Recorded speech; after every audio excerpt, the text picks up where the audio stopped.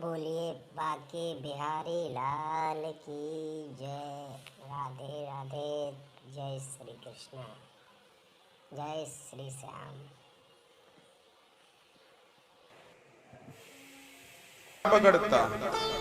कहते हैं बिल्ली जब बच्चे को जन्म देती है ना, उसकी आंखें बंद होती हैं।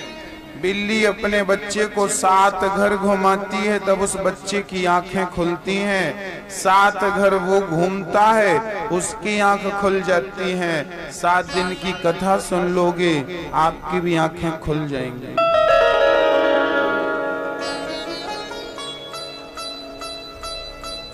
बिल्ली अपने बच्चे को पकड़ती है, बच्चा बिल्ली को नहीं पकड़ता। कौन पकड़ता है, किसको जरा बताइए। बिल्ली अपने बच्चे के कहां पर पकड़ती है? गर्दन को यहां पकड़ती है। ये वही बिल्ली है, चूहे को पकड़ लेती है, फाड़ डालती है और अपने बच्चों को पकड़ के दौड़ती है, खरोंच नहीं आने देती। जैसे बिल्ली अपने बच्चे को पकड़ती है, ऐसे ही भगवान अपने भक्त को पकड़ता है और ऐसे पकड़ता है कि भक्त को खरोंच नहीं आने देता।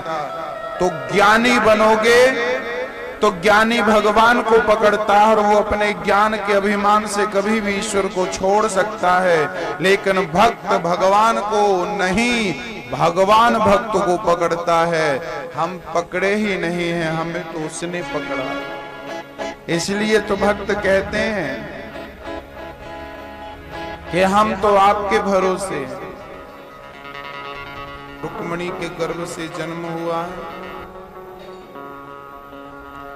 भगवान का दूसरा विवाह हुआ है जाम्बवंत की बेटी जाम्बवती से।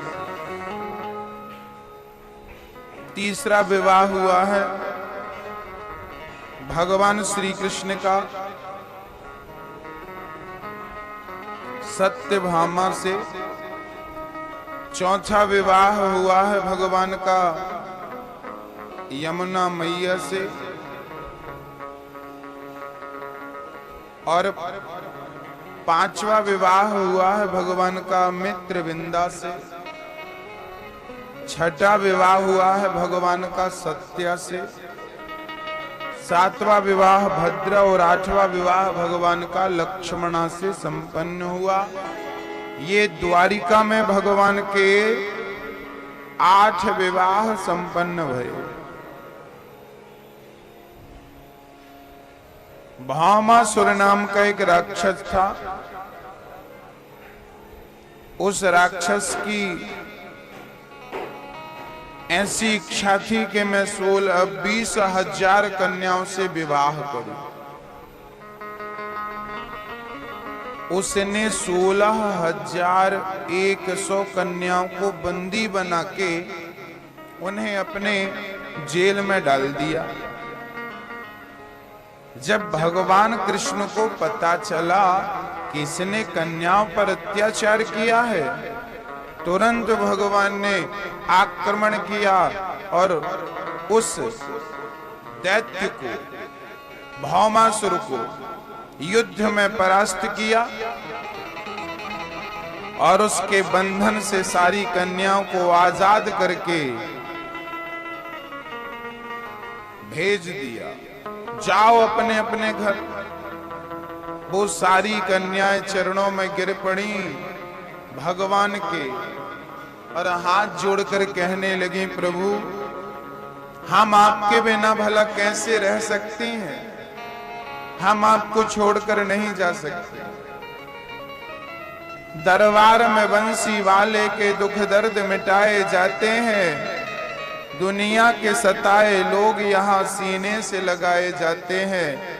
जिसे कोई नहीं अपनाता उसे भगवान श्री कृष्ण अपना लिया करते हैं। जिन नारियों का अपमान कर रहा था समाज, जिन नारियों का तिरस्कार कर रहा था समाज, जिन्हें अपमानित करके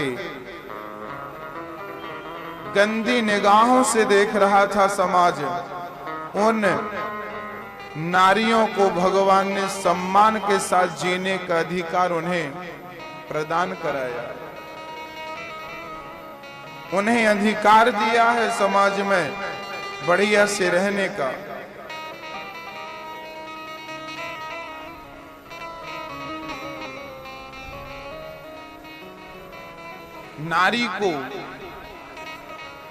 नारी को सम्मान दिलाने वाले और कोई नहीं, भगवान श्री कृष्ण। कन्याओं से विवाह किया भगवान के, टोटल विवाह हो गए 16,108। हर रानी के गर्भ से 10 बेटा और 1 बेटी का जन्म हुआ है। भगवान बड़े प्रेम से अपने परिवार का पालन पोषण करते हैं, परिवार का भरण पोषण करते हैं। एक दिन भगवान श्री कृष्ण की गृहस्थी बड़ी सुंदर, जिसका नजारा देखने को मिला। एक दिन भगवान अपनी पत्नी रुक्मिणी जी से कह रहे थे, देखो देवी, आपने हमसे व्यर्थ में ही विवाह कर लिया। अरे आप तो शिशुपाल से विवाह कर लेती तो ज्यादा सुखी रह पाती। हमसे विवाह करके आपको क्या मिला?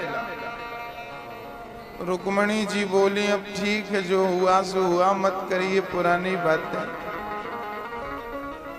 वैसे भी आपसे कुछ पाना थोड़े ही था। अरे आपसे कुछ नहीं पाना था, आपको ही पाना था। हमारा उद्देश्य आपको पाना था, आपसे पाना नहीं था। ईश्वर को पाना अच्छी बात है, ईश्वर को मांगना अच्छी बात है, पर ईश्वर से मांगना अच्छी बात नहीं है। क्या मांगे भगवान से? बिना मांगे उन्होंने हमें सब दिया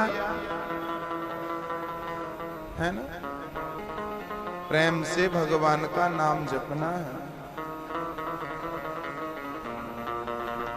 बोलो राधे राधे। भगवान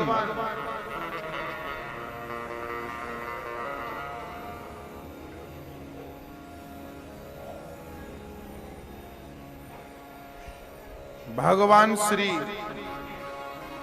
एक दिव्य लीला की ओर बढ़ रहे हैं। उषा का विवाह अनिरुद्ध से हुआ है, बाणासुर की कन्या उषा का विवाह अनिरुद्ध से हुआ है। और जो कि नृग, राजा नृग बड़े दानी थे, पर गलती हो गई तो गिरगिट बनना पड़ा। भगवान ने गिरगिट की योनि से उनका उद्धार किया है। और भगवान के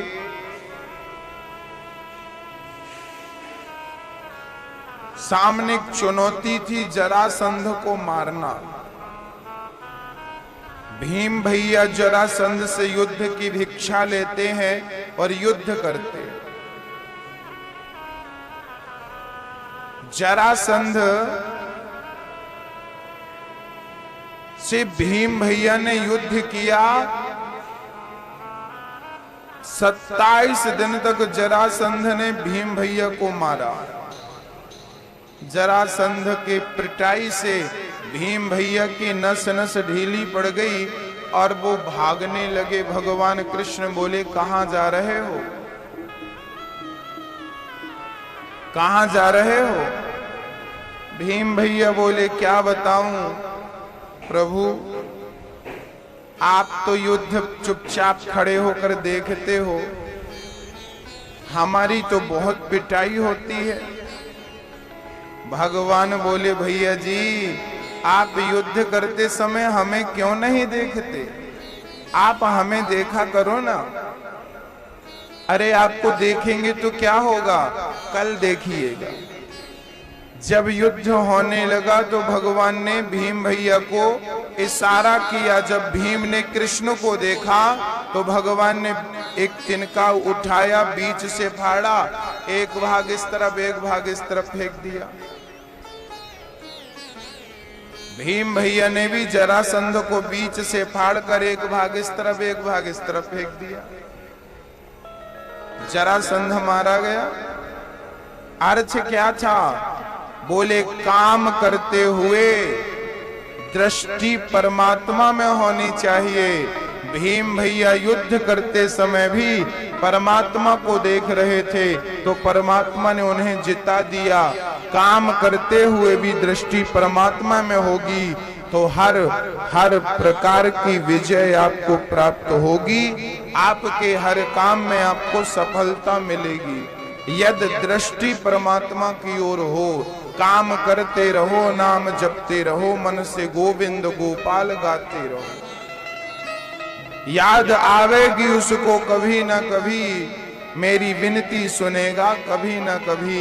ऐसा विश्वास मन में जगाते चलो, मन से गोविंद गोपाल गाते चलो। कभी तो याद आएगी ना भगवान को। इसलिए भगवान को नित्य स्मरण करते रहो, करते रहो, करते रहो, करते रहो। किसकी तरह? सुदामा जी की तरह।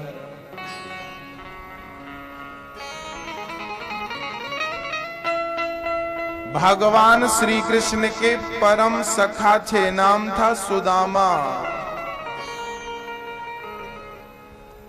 कृष्णस्यासीत् सखा कश्चित् ब्राह्मणो ब्रह्मवित्तमः।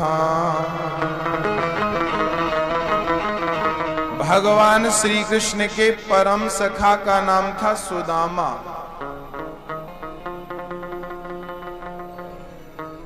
आपको पता है सुदामा जी महाराज की पत्नी का नाम क्या था? पता है आपको? सुदामा जी की पत्नी का नाम क्या था? क्या था नाम? बोलो मैया जी, बोलो क्या नाम था? बोलो बोलो। हाँ, क्या नाम था? बोलो। सुशीला। सुदामा जी की पत्नी का नाम था सुशीला। पत्नी को सुशील होना चाहिए, है ना? और पति को सुदामा होना चाहिए। सुदामा का अर्थ क्या है? सु मतलब सुंदर, दाम मतलब दाम। जिसके पास सुंदर धन हो वही तो सुदामा है। लोग कहते हैं सुदामा गरीब है। अरे काहे के गरीब है सुदामा? जिसके पास कृष्ण जैसी संपत्ति हो वो गरीब कैसे हो सकता है? जिसके पांव खुद द्वारिकाधीश धुलता हो अपने आंसुओं से, जिस कृष्ण को स्वयं अपने आसन को छोड़ करके अपने मित्र को अपने आसन पर बिठाने की चिंता हो, वो सुदामा गरीब कैसे रह सकता है? कैसे हो सकता? हमारे और आपके नजरिए से जिसके पास धन होता है हम उसे अमीर कहते हैं, लेकिन आध्यात्मिक नजरिया कहता है कि जिसके पास ईश्वर के भजन की संपत्ति है वही सबसे अमीर है। कबीर जी कहते हैं ना, कबीरा सब जग निर्धना, धनवंता नहीं कोय, धनवंता सोई जानिए, जेखे राम नाम धन होय। जिसके पास राम नाम की संपत्ति है वो अमीर है, और जिसके पास नहीं है वो सबसे गरीब है। मैया जी, आपके पास राम नाम की संपत्ति कितनी? बोलो दादाजी, आप लोगों के पास है कि नहीं? जाने का समय नजदीक है, कुछ इकट्ठा किए कि नहीं?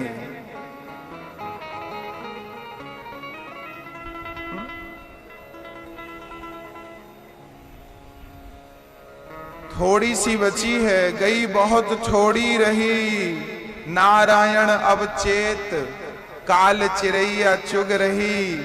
निस दिन आयु खेत, श्वास के दाने कम हो गए हैं।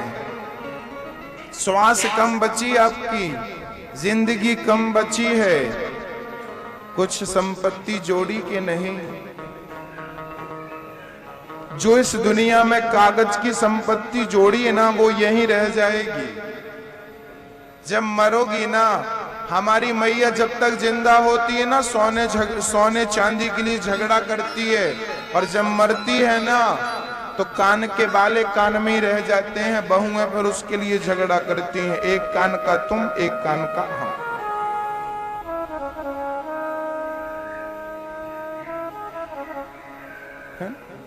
पहले तो हमारी माताएं अपने पांव में मोटी मोटी चांदी पहनती थी, चांदी के वो गोल गोल। आप लोगों के पास है कि नहीं माता जी? नहीं है तो बहू कैसे झगड़ा करेगी फिर?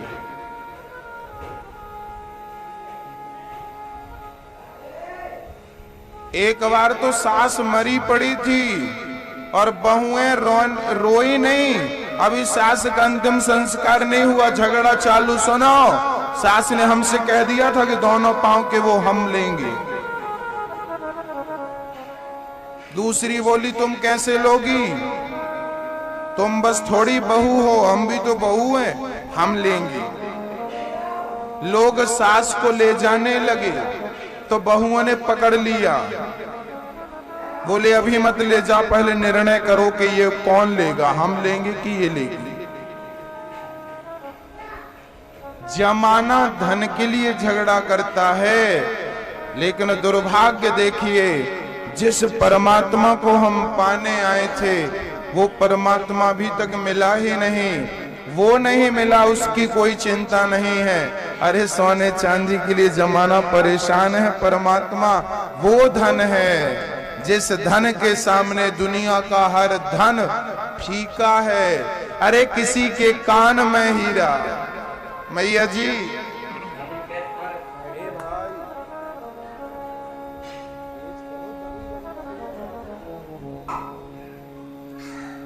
जरा ध्यान दीजिए मैया, किसी के कान में हीरा, किसी के कान में हीरा, किसी की नाक में हीरा। आपके कहां है हीरा? किसी के कान में हीरा, किसी की नाक में हीरा, पर हमारे तो बांके बिहारी हमारे हीरा है, हमारे श्याम सुंदर हमारे हीरा है। कोई कान में हीरा धारण करता है, कोई नाक में हीरा धारण करता है। हमने तो अपने दिल में अपने श्याम सुंदर रूपी हीरा को धारण कर रखा है।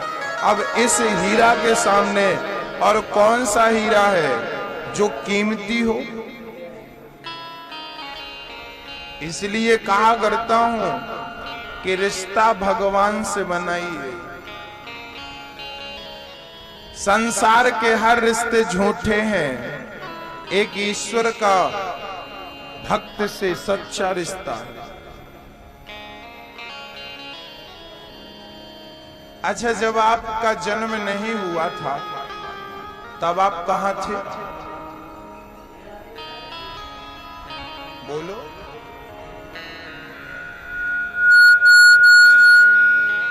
भाई कहीं थे तब तो आए, होते ही नहीं तो आते कहां से? है ना? हम कहीं थे तो आए, होते ही नहीं तो आते कहां से? हम मां के पेट में जब आए थे ना, उसके पहले भी कहीं थे। और कहां थे? बोले भगवान के घर से निकले थे और भगवान के घर ही चले जाएंगे। सच कहें तो ये संसार हमारा मायका है। हर लड़की को मायका छोड़ना पड़ता है कि नहीं? मैया जी बोलो। हर लड़की को एक दिन अपना मायका छोड़ना पड़ता है। और कहां जाना पड़ता है? ससुराल। याद रखना मेरी माँ, ये संसार हम सबका मायका है। और एक दिन हम सब, चाहे स्त्री हो चाहे पुरुष हो, चाहे बेटा हो चाहे बेटी हो, हम सब एक दिन इस मायकों को छोड़कर अपनी अपनी ससुराल पहुंचेंगे। ससुराल हमारी ईश्वर का घर है, वही हमारा पति है, हम उसकी पत्नियां हैं। यहाँ आई हैं अपने मायके में। लड़की आती है ना, मायके आती है, 10 दिन रहती है, 15 दिन रहती है, 20 दिन रहती है, महीने भर रहती है, फिर मौत से चली जाती है। ऐसे हम 10, 25, 50, 100 साल के लिए अपने मायके आए हैं। ये हमारा क्या है? मायका है। हम सबको एक दिन कहां जाना है? ससुराल जाना है।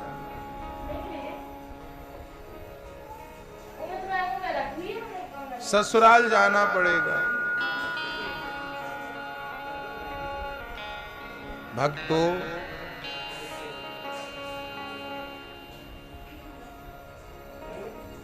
ईश्वर एक वृक्ष है। ईश्वर एक वृक्ष है और हम सब उस वृक्ष के पत्ते हैं। हम सब उस वृक्ष के पत्ते हैं। जैसे पत्ते वृक्ष से जुड़े रहें तो खूबसूरत लगते हैं, ऐसे भक्त भगवान से जुड़ा रहे तो बहुत अच्छा लगता है। सुदामा की तरह फटे पुराने कपड़े पहन लेते सुदामा जी, और पत्नी बड़ी सुंदर थी सुशीला, बड़ी संतोषी पत्नी थी सुशीला।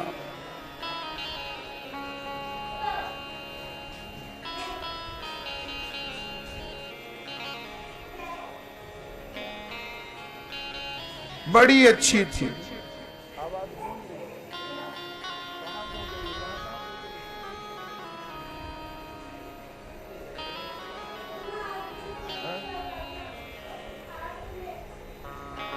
सुदामा जी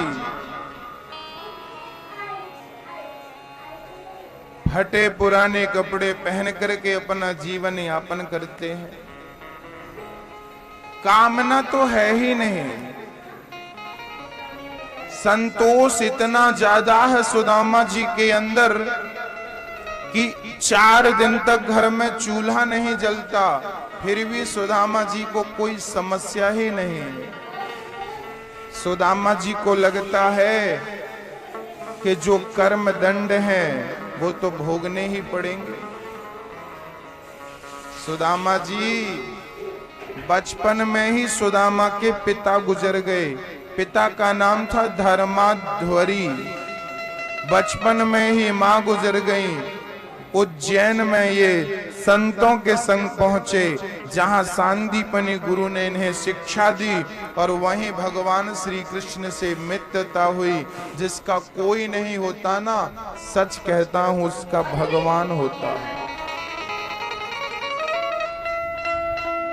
जिसका कोई नहीं है, परमात्मा है।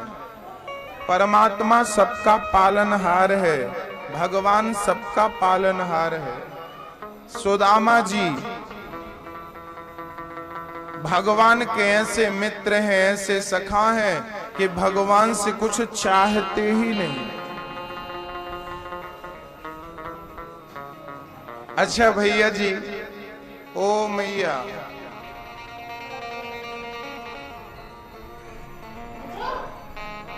एक पिता के 2 बेटे हैं। एक बेटा कहता है पिताजी पूरी संपत्ति हमें दे दो और आप हरिद्वार चले जाओ। और दूसरा बेटा कहता है पिताजी हमें संपत्ति मत दो, आप हमारे पास रहो, हम आपके चरणों की सेवा करके अपने जीवन को धन्य धन्य करेंगे। अब आप ही बताइए भक्तों, पिता किस बेटे से ज्यादा प्रेम करेगा? जो पिता से धन मांग रहा है उससे, या जो पिता की सेवा मांग रहा है उससे? जल्दी से जवाब दीजिए। जो बेटा पिता की सेवा करेगा पिता उससे ज्यादा प्रेम करेंगे। और जो एक बेटा होता है जो पिता से मांगता है, पिता से मांगता मतलब धन दे दो, दौलत दे, सब दे दो। और एक बेटा होता है जो पिता से नहीं मांगता, पिता को ही मांगता है, आप आ जाओ हम आपकी सेवा करके जीवन सफल बनाएंगे। तो पिता से मांगना और पिता को मांगना दोनों में अंतर है कि नहीं? बोलिए, है भैया जी? है। पिता से मांगना और पिता को मांगना दोनों में अंतर है। ऐसे भगवान से मांगना और भगवान को मांगना दोनों में अंतर है। अब आप बताओ कि आप भगवान से मांगने वाले भक्त हो कि भगवान को मांगने वाले भक्त हो? बोलिए। भगवान से कौन कौन मांगता है और भगवान को कौन कौन मांगता है?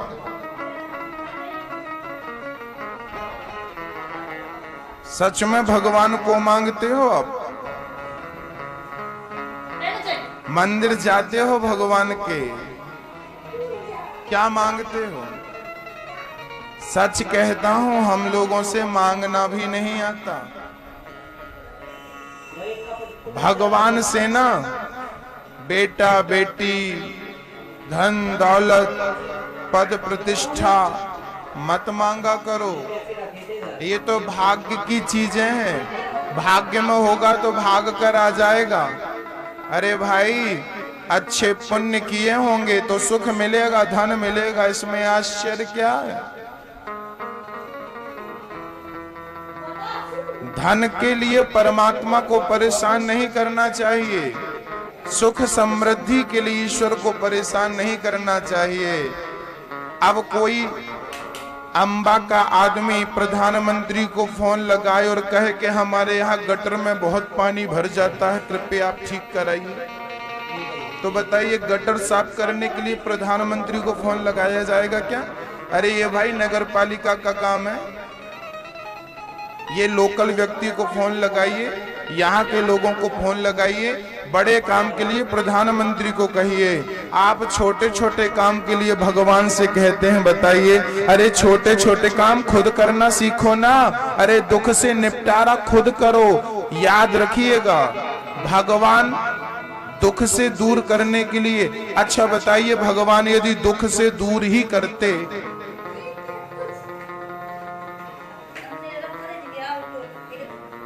भक्ति करने से यदि दुख नहीं आता तो बताइए सुदामा जी क्या थे?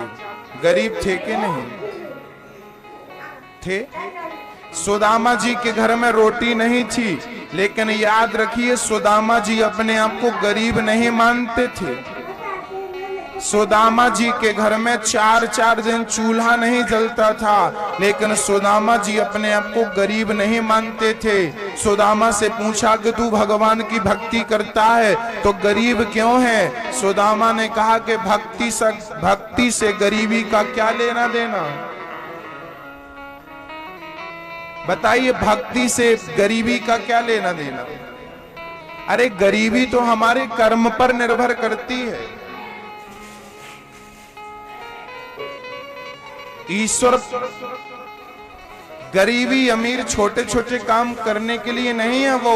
अरे भगवान से तो मोक्ष मांग लीजिए, चरणों की भक्ति मांग लीजिए, आत्म कल्याण मांग लीजिए, ये मांगिए भगवान से। समाज की सेवा कर सकूं, इस योग्य बनाइए। एक आदमी मंदिर गया और कहता है, प्रभु मुझे धन देना, मुझे धन देना, लेकिन मैं किसी को ना दूं, मुझे किसी को देना ना पड़े, बस ऐसी कृपा करना कि मुझे धन तो मिले पर मैं किसी को दूं ना, मुझे देना ना पड़े। और एक आदमी गया, बोले प्रभु मुझे धन दो इसलिए कि मैं समाज की सेवा कर सकूं, मैं दूसरों को दे सकूं, इसलिए मुझे धन दो। तो भगवान ने एक को कटोरा पकड़ा दिया और एक को धनवान बना दिया। जिसने कहा था कि भगवान मुझे धन दो पर मैं किसी को दूं ना, देना ना पड़े, तो भगवान ने भिखारी बना दिया। तुझे तो मिलेगा पर तेरे से मांगेगा कोई नहीं। भिखारी को मिलता तो है पर भिखारी से मांगता कौन है? कोई नहीं मांगता। तो भगवान ने भिखारी बना दिया कि तुझे मिलेगा तो, पर तू, तेरे से मांगेगा कोई नहीं, तेरा खर्चा कुछ नहीं है। और एक को भगवान ने धनवान बना दिया कि तुझे एक तरफ से मैं देता जाता हूं, तो एक तरफ से गरीबों को देता जा, समाज को देता जा, देश को देता जा। ये तो जो दूसरों को देने के लिए मांगता है उसको परमात्मा देता है हिसाब से, और जो खुद के लिए चाहता है मुझे दे दे, तो आप ज्यादा चतुर नहीं हो, आपसे चतुर भगवान है। रावण ने अपनी मृत्यु को जीतना चाहा, कुंभकर्ण ने भगवान से ऐसे वरदान मांगा, क्या भगवान ने उन्हें छोड़ दिया? अरे उनकी चतुराई नहीं चल पड़ी 10-10 सर वाले रावण की, तो आपका तो फिर भी दिमाग रावण से कम ही है, आपकी चतुराई चल जाएगी। इसलिए निवेदन, भागवत कथाएं सुनने के लिए हमारे चैनल को सब्सक्राइब करें, लाइक करें, बेल आइकन दबाना ना भूलें। राधे राधे, जय श्री कृष्ण, जय श्री श्याम। सभी भक्त बोलें प्रेम से राधे राधे। बाके बिहारी लाल की जय हो। श्री गुरुदेव जी महाराज की जय हो। सभी भक्तों की जय हो। श्रोतागणों की जय हो।